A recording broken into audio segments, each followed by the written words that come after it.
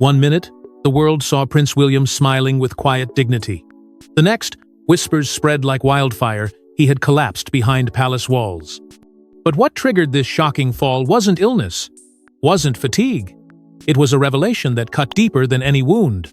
The truth about his real bloodline. The atmosphere had been one of quiet celebration, a private gathering meant to remind the family of stability in uncertain times.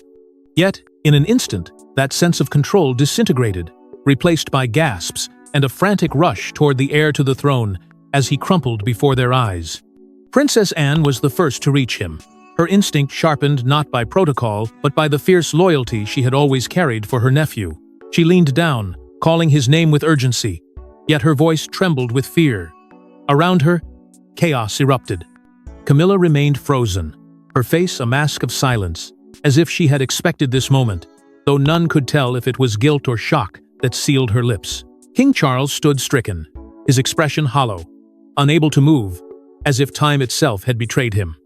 The room that should have echoed with polite conversation now pulsed with panic, the weight of centuries pressing down on the floor beneath them. Medical staff stormed in, yet even as they bent over William, whispers began to spread among the attendants and family members who lingered in the shadows. These weren't whispers about heart trouble or exhaustion. These were darker, sharper words. It wasn't physical. It was emotional. Those nearby had seen the letter fall from William's hands as he collapsed, its seal cracked, its truth spilling into the world like poison. They did not yet know the full content, but the dread was clear. This wasn't the fainting of a tired prince. This was the breaking of a man who had just learned that the foundation of his very existence had been ripped from beneath him. The letter itself had been spoken of only in hushed tones, a relic from decades past, hidden carefully among forgotten documents. It wasn't meant for William's eyes, at least not yet, perhaps not ever, but fate has a way of dragging secrets into the light when they are most dangerous. And when William read its first lines, his breath had quickened, his hands trembled, and the color drained from his face until his strength gave way completely. The royal family had endured scandal after scandal, yet nothing had ever cut this close to the crown itself. The words within hinted at something so explosive that even those who did not know the details could sense its power. For centuries, the monarchy had clung to legitimacy, to bloodline, to the certainty of continuity. That was its armor, its defense against changing tides and public scrutiny. But now, with William collapsed on the palace floor, that armor cracked. If the letter was true, then the carefully guarded image of stability was a facade, and the heir to the throne was no longer who the world believed him to be. Anne's eyes lingered on her nephew, her mind racing not only with concern for his health, but also with the unbearable realization that the truth was finally loose. She had known fragments of it, enough to dread the moment it might surface. Now it had arrived, not with a whisper, but with a collapse that would be remembered for generations. Around her, Charles's silence was deafening, his body rigid, his eyes refusing to meet hers. The look on his face seemed less like shock and more like recognition, as if he had always known that this day would come. Even as William was carried away, the tension in the room deepened. The letter lay abandoned for a moment before being retrieved by trembling hands, but by then, the damage was done. The truth no longer belonged to paper. It lived in the hollow silence, in the stunned expressions, in the frantic whispers that swept the palace corridors like fire in dry grass. The future of the monarchy had shifted in that moment, though no one yet dared to say it aloud. And as William lay motionless, the secret he had just read began spreading like wildfire, threatening to bring down everything the royal family once stood upon. Buried in royal archives for decades, sealed by Queen Elizabeth herself, the letter was never meant to be seen by William. Yet, somehow, it found its way into his hands, and its contents tore apart the very foundation of his identity. The discovery itself seemed almost accidental, but those closest to the crown knew better. Nothing within the monarchy ever happens by chance. Hidden deep within Windsor's locked archives, surrounded by documents that chronicled centuries of power, loyalty, and betrayal, the letter had been tucked away with deliberate precision. It was Princess Anne, the family's most dutiful and relentless guardian of truth, who first uncovered it while reviewing sealed collections left untouched since her mother's reign. Anne recognized the seal immediately. It was her mother's hand that had pressed it shut, the late Queen Elizabeth, a woman famed for her devotion to secrecy and stability. Anne's heart sank. Why would her mother, who dedicated her life to preserving the monarchy's image, have hidden something so carefully? And why did she feel, in her bones, that it was not just administrative formality? She read only enough to know its power, then stopped, her hands trembling as she realized the burden she now carried. Passing it on would unleash chaos, but concealing it would make her complicit in the lie. The letter, penned in the 1980s by a shadowy royal insider whose name was deliberately obscured, carried with it the weight of confession. Its words hinted at an unbroken truth, a truth that William's life and destiny had been built upon something fragile, something false. The implication was chilling. William was not who the world believed him to be. Anne hesitated for days, torn between loyalty to her nephew and fear of destroying him. Every glance she cast toward William filled her with dread. She had always admired his sense of duty, his quiet strength, his resemblance to Diana's compassion. But was that resemblance proof of blood, or was it the cruel irony of fate? At last, unable to carry the weight any longer, Anne placed the letter in William's hands. His first reaction was confusion, even irritation. Why was she giving him old papers when the kingdom demanded his attention? But Anne's eyes betrayed something far deeper. She whispered only that he must read it alone. And so he did. The moment William broke the seal, the air seemed to shift. Alone in his chamber, he unfolded the letter and began to read. Line after line, the world he had known crumbled. His hands shook, his chest tightened. The truth within those pages attacked not only his role as heir, but his very identity as a son, a father, a man. It was as though every triumph, every sacrifice, every expectation placed upon him had been built upon a lie. He tried to steady himself, but the words struck with such force that his legs gave way. The letter fell from his grip, and moments later, so did he. What Anne feared most had come to pass.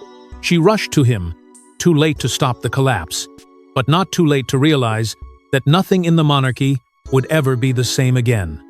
For if this truth proved undeniable, the royal family would no longer be bound by tradition and duty. They would be exposed to the world as an institution built on shadows, deceit, and silence. But what words were powerful enough to bring a future king to his knees? To understand, we must go back to the shadows of the past. Before Diana was the people's princess, she was a young woman tangled in secrets, and one of those secrets may have redefined her son's destiny forever. Behind the photographs of dazzling gowns and radiant smiles was a marriage that had already begun to decay. From the moment Diana realized her husband's heart was elsewhere, the walls of Kensington became less a home and more a gilded prison.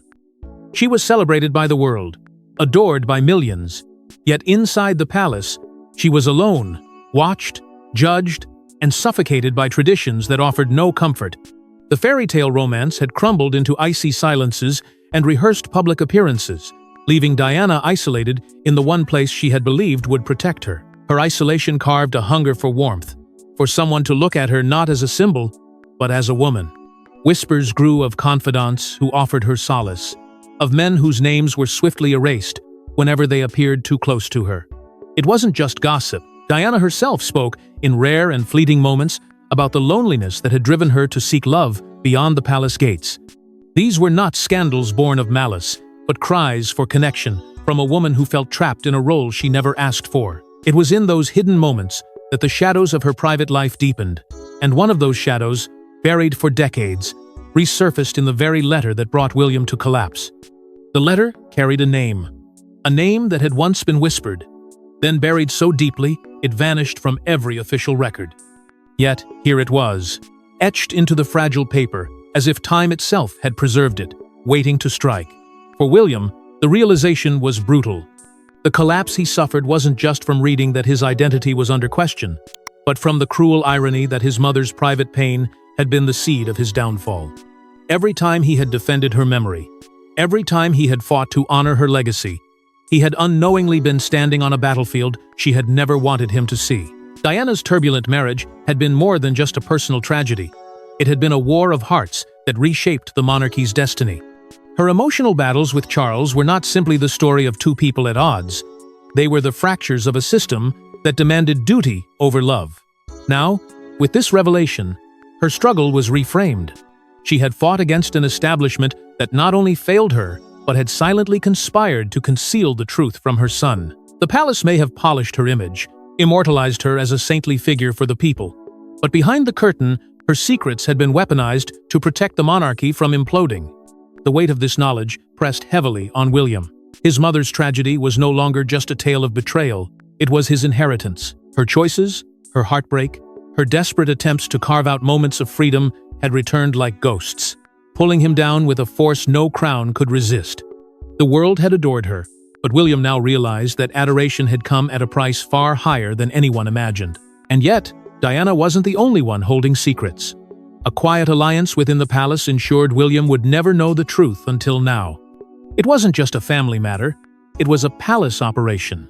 For decades, powerful figures worked tirelessly to keep William's true bloodline buried beneath layers of protocol and silence. What seemed on the surface like a carefully preserved monarchy was, in truth, a fortress built upon deception. After Diana's untimely death, a death that already sent shockwaves across the world, the palace acted with chilling precision. While the public mourned, officials gathered behind closed doors, sealing away documents, testimonies, and any trace of a truth that could fracture the crown beyond repair. These secret meetings weren't moments of grief, they were acts of strategy, desperate moves to ensure the monarchy would survive, even if it meant sacrificing honesty. At the center of this concealment was Queen Elizabeth herself. The late monarch had always viewed the crown as larger than any individual, larger even than family. Her devotion to its preservation was unshakable, and when whispers of William's uncertain parentage threatened to escape, she acted swiftly. With her authority, the documents were locked away, restricted to only a handful of trusted eyes. For Elizabeth, it wasn't betrayal, it was duty. But that sense of duty came at a devastating cost, especially for the boy who would grow up never knowing the truth that defined his very existence. Charles, meanwhile, remained an enigma in this operation. His silence was deafening, his demeanor often one of restraint. But was it complicity, denial, or desperation? Some claim he agreed with the cover-up to shield his son from unbearable scrutiny, while others believe he feared the destruction of his own legacy. His quiet acceptance of the operation was itself a betrayal. For each day he allowed William to grow into a man burdened with lies was another day the truth became more dangerous. Charles may have believed silence was protection, but in reality, it was a ticking bomb waiting to detonate. And then there was Camilla. Though not yet queen at the time, she carried knowledge of this dark truth. Friends close to her whispered that she struggled with the burden, aware that keeping silent placed her at the heart of a deception that could one day explode. But Camilla knew her position was fragile, her presence in Charles's life already a subject of public fury. To speak out would mean igniting a scandal she herself would not survive. So, she remained still, watching as the family shielded William from the one truth that mattered most. William, meanwhile, grew into adulthood under a canopy of half-truths and staged reassurances. Every royal duty, every handshake, every promise he made to the public was framed by a destiny that the palace had constructed for him.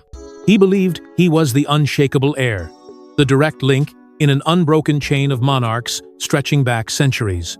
Yet, behind the grandeur was an identity built on silence. The palace had shaped him into the perfect heir, but they had done so by keeping him blind. His childhood, his manhood, his rise as a symbol of modern royalty, all of it unfolded without the truth that could destroy him in a single moment. And the danger of that silence was always present. Because if William's bloodline was not legitimate, if the heir to the throne was not truly royal by birth, then the very fabric of monarchy would unravel. The institution thrived on continuity, on unbroken lineage. Without it, what remained? If the truth escaped, William would not only question his father, his children, and his future, he would question the very foundation of the monarchy itself. And that is why the operation was ruthless, calculated, and relentless. The secret could never be revealed. At least, that's what the palace believed.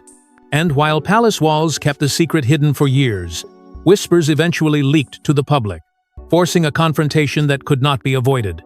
Outside the gilded gates, rumors had begun to swirl. But inside, William's collapse wasn't just a political crisis. It was a personal heartbreak that threatened to shatter his very soul. Alone in the stillness of his private chambers, his tears fell not as a prince, nor as a future king, but as a man whose identity had been ripped from him in the most brutal way imaginable. Every truth he thought he knew about his father, his mother, his birthright, now seemed fragile, like glass, ready to break at the slightest touch. For William, the palace no longer felt like home. It was a prison built on secrets, and its walls were closing in. Kate's world, too, was shaken to its core. She had always stood by William as his anchor, the one who steadied him when the weight of duty grew unbearable. But now, for the first time, even she was silenced by doubt. The letter's revelation cast a long shadow across their marriage, forcing her to ask questions she had never dared to imagine. Was the man she loved truly who he thought he was? And if his claim to the throne was a fabrication, what did that mean for their children, the heirs the world already saw as the monarchy's future? The uncertainty hung over her like a storm cloud, pressing on her heart with every glance toward her husband's hollow eyes. Meanwhile, the press was already circling. Whispers of William fainting at a private royal gathering spread with frightening speed. Reporters sniffed out the story, piecing together fragments from staff, guests, and officials who had witnessed the shocking collapse. At first, the narrative was one of exhaustion, a prince overburdened by responsibility. But the palace's silence fueled suspicion. Why were officials so reluctant to speak? Why were details being withheld? Every unanswered question fed the wildfire of speculation, and soon the media was no longer asking if something had happened, but what William had been told that could strike him down in such a dramatic way. Behind the palace walls, staff were thrown into turmoil. They had been trained to serve with loyalty and discretion, but suddenly the chain of trust was broken. Who knew about the letter? Who had dared to hand it to William? And most dangerously of all, who might have whispered fragments of its contents to outsiders? The fear of betrayal spread like an infection, each glance between staff members carrying an unspoken accusation. The palace, usually a machine of polished precision, now shook with suspicion and disarray. For William, the pain reached even deeper. His thoughts drifted back to his mother. He had spent his entire life defending her legacy, carrying her memory as a source of strength. But now, he feared that even in death, Diana had been betrayed once more. Her secrets, her struggles, her silent battles had not been buried with her. They had been twisted into weapons, used to destabilize the family she fought so hard to protect. It was as though her ghost stood beside him, not to comfort, but to remind him that he was still trapped in the same war she had waged against the crown. Each night, as he lay awake, William's tears turned into burning questions. Why had no one told him? Why had he been paraded as the perfect heir, while the truth was hidden in sealed papers? And above all, why had his own father remained silent? The heartbreak was unbearable, but it was no longer enough to drown in sorrow. Grief gave way to something sharper, darker, impossible to contain. But William's heartbreak soon turned into fury, and the first target of that anger was none other than his father, King Charles. Behind closed doors, the confrontation the world never thought it would see unfolded. Prince William, demanding the truth from King Charles, a father caught between silence and survival. The Windsor chamber was thick with tension, the air heavy with words unspoken for far too long. William's face, once marked by sorrow, now burned with fury. The man who had always carried himself with quiet restraint erupted with a force that shook even those who had known him best. He could no longer hide behind duty or composure. His voice, sharp and relentless, shattered the silence with the question no heir should ever have to ask. "Am I truly your son?" The words echoed like thunder in the room, bouncing off the walls and striking Charles with a weight he seemed unprepared to bear. For a moment, the king stood frozen, his lips trembling, his eyes clouded with a sorrow that revealed more than he intended. He did not answer immediately, and in that pause, the silence itself became damning. To William, every second without a denial felt like confirmation. His heart raced, his hands shook, but his anger drove him forward. "You let me live a lie," he cried, his voice cracking with both pain and rage. "You let me carry the crown while you knew the truth. You allowed me to be paraded before the world as the future king when you weren't even sure I was your son." Charles's tears came suddenly, unbidden, streaming down a face that had always tried to project control. To some, his silence and weeping would be seen as a confession, an unspoken admission that the bloodline William carried might not be his own. He tried to speak, words forming in fragments, but the weight of the confrontation crushed his resolve. His attempt to reach out only fueled William's fury. For the first time, the father and son stood not as monarch and heir, but as adversaries bound by betrayal. Princess Anne, who had long served as the family's voice of reason, stepped in with quiet desperation. She placed herself between them, urging William to breathe, urging Charles to explain. Her pleas, however, fell on deaf ears. The storm inside William had grown too strong. Years of loyalty, of shaping himself into the perfect symbol of monarchy, now felt like chains that had been fastened by lies. He turned on Anne, too, his voice breaking, as he shouted that she had known fragments of the truth and still kept him in the dark. Even her steady composure faltered under the weight of his accusation. William's rage was no longer a private wound. It was a force that threatened to spill out of the chamber and into the world beyond. He had been used, he believed, not only as a son, but as a face for an institution built on deception. The monarchy that he had carried on his shoulders was now the very institution that had betrayed him. His fists clenched, his words cut like blades, and his fury promised consequences far greater than the tears in that room. He was no longer the dutiful heir. He was a man betrayed, and betrayal of this magnitude does not stay hidden. And as William stormed away, one thought haunted the palace. If not Charles's son, then whose son was he? The truth was no longer a rumor, no longer a suspicion. It was confirmed. A name emerged, tied to Diana, tied to history, a man who may have been William's true father. The letter, once dismissed as mere speculation, was explicit. It spoke of a relationship carefully hidden in the shadows, a man whose bond with Diana had been both profound and dangerous. His name had been carefully erased from official records, banished from royal archives, scrubbed from the narrative of the monarchy. Yet here it was, resurrected in black ink, pulling William into a nightmare he could neither deny nor escape. The identity struck like lightning. This man was no ordinary figure, but someone who had once moved within the royal orbit, familiar enough to inspire whispers yet carefully obscured whenever suspicion grew too strong. The crown had spared no effort in burying his connection to Diana, fearing that if the truth surfaced, it would dismantle the very idea of royal blood as sacred. History, after all, had been rewritten before, but never with stakes this high. The notion that Diana's son, the future King of England, might not belong to the House of Windsor at all, was a revelation that could topple centuries of tradition in a single stroke. For William, the emotional toll was devastating. The words on the page blurred as he read them again and again, his mind refusing to accept what his heart already knew. He felt the ground slip beneath him, the foundation of his existence shattering into pieces.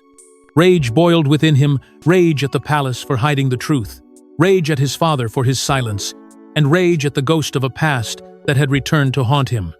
Yet, beneath the fury lay grief, a crushing grief that made him feel like a boy once more, abandoned by the very people who should have protected him. He was torn in two between the man he had been raised to be and the man the truth revealed him to be. The implications stretched far beyond his own pain. If his bloodline was not royal, what did that mean for his children? George, Charlotte, and Louis, the heirs celebrated as the future of the monarchy, suddenly stood on uncertain ground. Their legitimacy, once unquestionable, was now a matter of debate. Were they heirs to a throne that no longer belonged to them by blood? Or would the love of the people, the power of public devotion, prove stronger than centuries of tradition? These were not questions the palace wanted asked, yet they were questions that could no longer be avoided. The crown scrambled to contain the disaster. Advisors rushed into action, drafting statements, silencing leaks, and burying threads of the story wherever they appeared. The press, however, had already scented blood. Anonymous sources hinted at a secret that could end the monarchy, and though the details remained locked away, the tension grew unbearable. The palace knew that if the full truth escaped, no amount of protocol or tradition could hold the institution together. William's collapse was no longer a private family tragedy.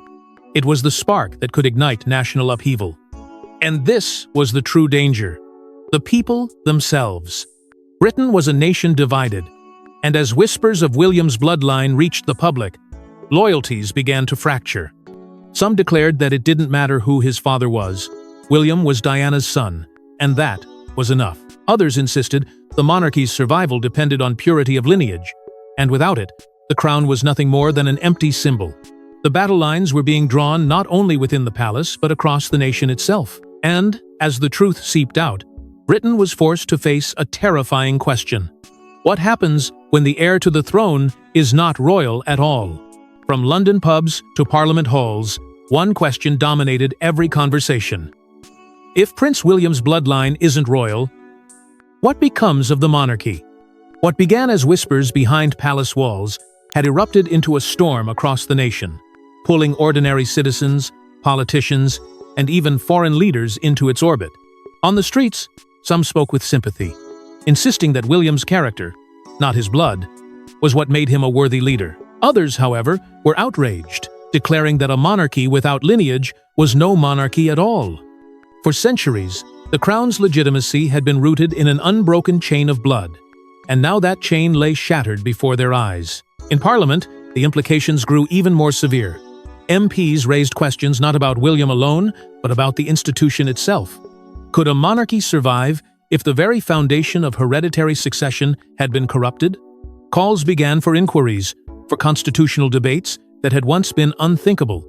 Some radical voices even demanded a referendum on whether the monarchy should exist at all, arguing that this scandal proved it was an outdated relic. The political class, long cautious about challenging the crown, suddenly found itself emboldened. For the first time in decades, the monarchy's survival felt like a question, not a certainty. Beyond Britain, the reaction was equally fierce. Foreign media painted the kingdom as a nation on the edge of collapse, its most sacred institution unraveling before a global audience. Commentators in Europe mocked the notion of royal blood as outdated, while tabloids across the Atlantic published lurid headlines suggesting the monarchy had been nothing but smoke and mirrors all along. Commonwealth nations, too, began to question their ties to the crown, with some leaders suggesting this was the final sign that independence was inevitable. Britain, once a symbol of regal stability, now looked fragile and uncertain. Amid the chaos, Kate emerged as the family's quiet strength. While William withdrew into himself, overwhelmed by the betrayal and the scrutiny, she stepped forward with calm resolve. Her words to those closest to her were simple yet powerful. The monarchy was not only about lineage, it was about service, loyalty, and love for the people. She began to steady the children, shielding them from the storm, while gently urging William to see that his worth was not defined by blood, but by the man he had become. For the nation, her composure offered a rare sense of stability, a reminder that even in the darkest moments, the family could endure. Princess Anne, too, played her role with quiet influence. She stood by William in private, reminding him that dignity was not inherited but chosen. She urged him to face the truth, not as a victim, but as a leader.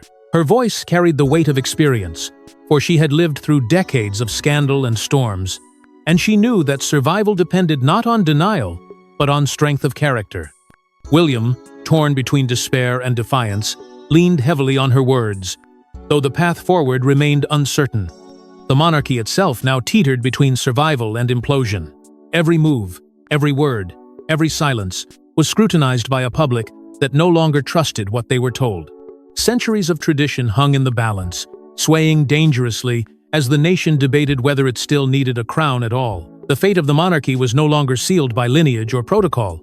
It rested on William, a man forced to confront both his deepest heartbreak and his greatest responsibility. But just as the storm seemed unstoppable, a final revelation emerged, one that would redefine not only William's fate, but the monarchy's survival itself. The world expected William to walk away, to renounce the throne. But instead, his next move stunned the monarchy and redefined the meaning of kingship forever. Standing at the crossroads of destiny, William wrestled with a torment that threatened to consume him. The letter had torn through every certainty he once held, leaving him fractured between the blood he carried and the duty he had been raised to uphold. To abandon the throne would be to surrender not only his legacy, but his mother's memory. To remain would mean rewriting the very definition of monarchy itself. The choice weighed heavier than any crown. And then came his decision. William chose truth, but he did not choose surrender. He vowed to embrace what had been revealed, to stand before his nation not as the perfect heir born of royal blood, but as a son shaped by Diana's love and sacrifice. It was her name, her legacy, her spirit that gave him the strength to go on. His tears no longer came from despair, but from resolve. The monarchy would not define him by bloodline. He would define it by service, honor, and an unbreakable bond with the people. Kate's presence by his side was unshakable. Her words, whispered in private, but echoed in his heart, became his shield. Bloodline doesn't define love or loyalty. Together, they carried forward a vision of a monarchy not rooted in lineage, but in choice. A family that endured because it chose to serve, not because it was bound by secrets. This was the reimagining of the crown, less about heritage, more about humanity. Yet, even in victory, the burden was immense. As William declared his intent to carry on, his body faltered once more. He collapsed again, not from weakness, not from grief, but from the staggering weight of the future he alone was destined to carry. The sight was haunting, yet symbolic. A king not broken, but tested, marked forever by the truth that nearly destroyed him. And so, as Britain holds its breath, one truth remains unshakable. The monarchy will never be the same again. Thanks for watching. Don't forget to like and subscribe, and we will see you in the next one.